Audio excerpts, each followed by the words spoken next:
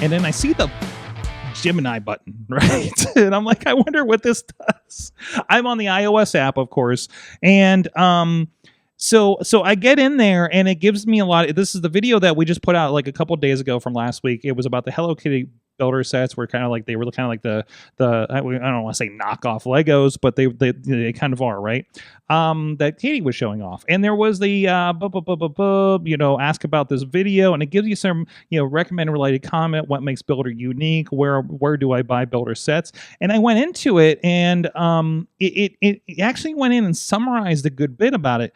It does give you, it went through here and said, affordability, they offer budget-friendly alternatives to other construction brick brands, on house costing around $25. And I like this, they actually give you timestamps citing the information that it's pulling from the video. Wow. Another heading's about the similarity to Lego. Builder sets similar to Lego, but feature different properties and characters. 23 seconds. Pieces themselves look like Lego bricks, making them familiar to fans of the building toys. 117. Collectability. Sets are collectible. Hello Kitty appeal. They leverage the beloved Hello Kitty brand characters. Accessibility. While the available at Five Below, Walmart, Target, and potentially Walgreens. Why did I say potentially Walgreens?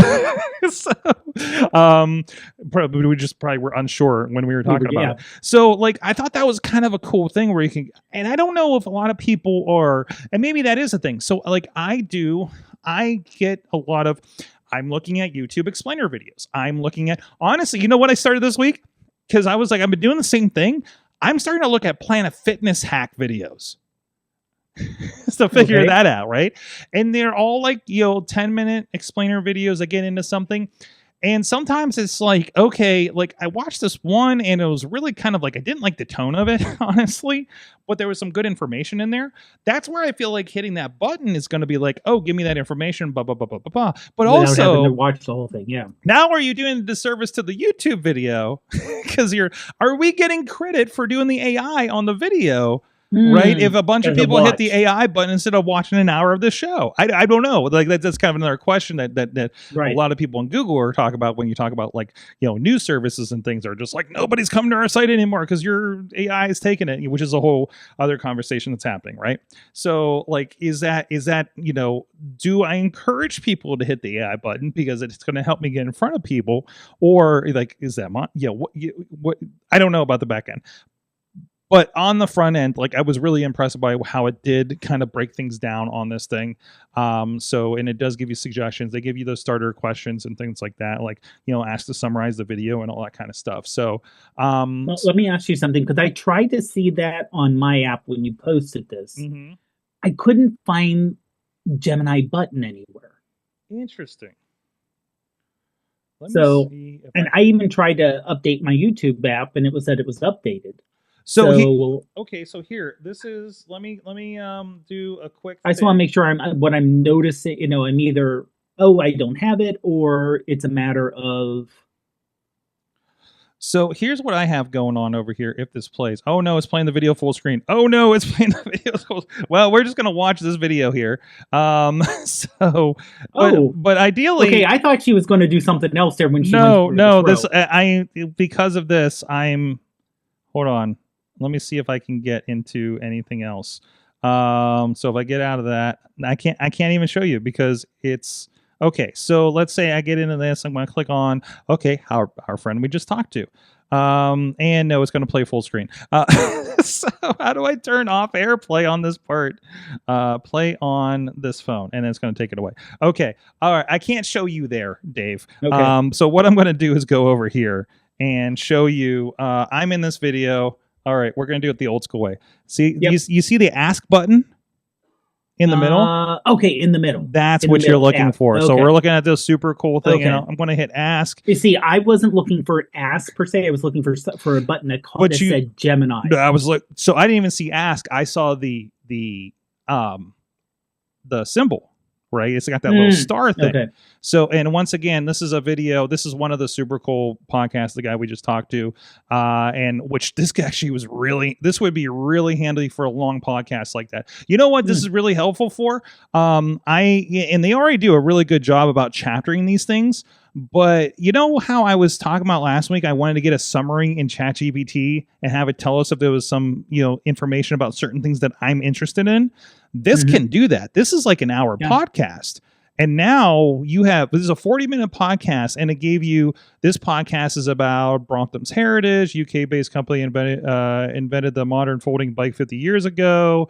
We didn't even get into the bike stuff that he was into. Product features recognition, market expansion in North America, omni-channel strategies. You can tell, like, oh, this is going to be a little too heady for me when we're talking about omni-channel strategies. Community lifestyle, benefits of cycling, bike-friendly cities. So, like, that's, that's the kind of thing you're doing on. That's is, and the super cool podcasts are, they're very business centric plus environmental. So it's kind of, informationally dense, right?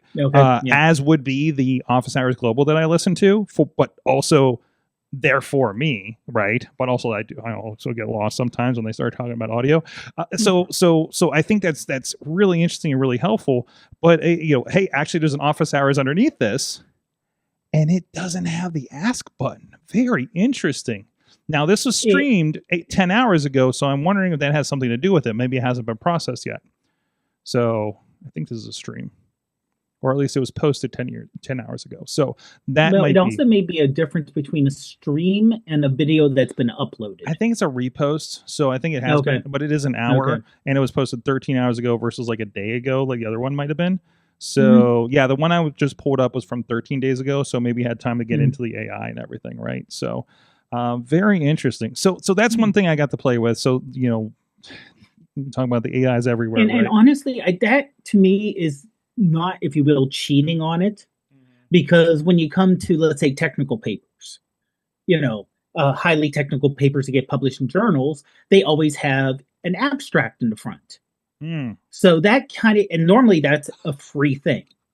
So if you have a journal where you have to pay to have access, normally they will give you the abstract at no cost, and that'll tell you, here's the introduction, here's a review of what we did, here's a summary of our conclusion in a paragraph or two, so you can see, is it worth your time now to do a deep dive with the rest of the paper?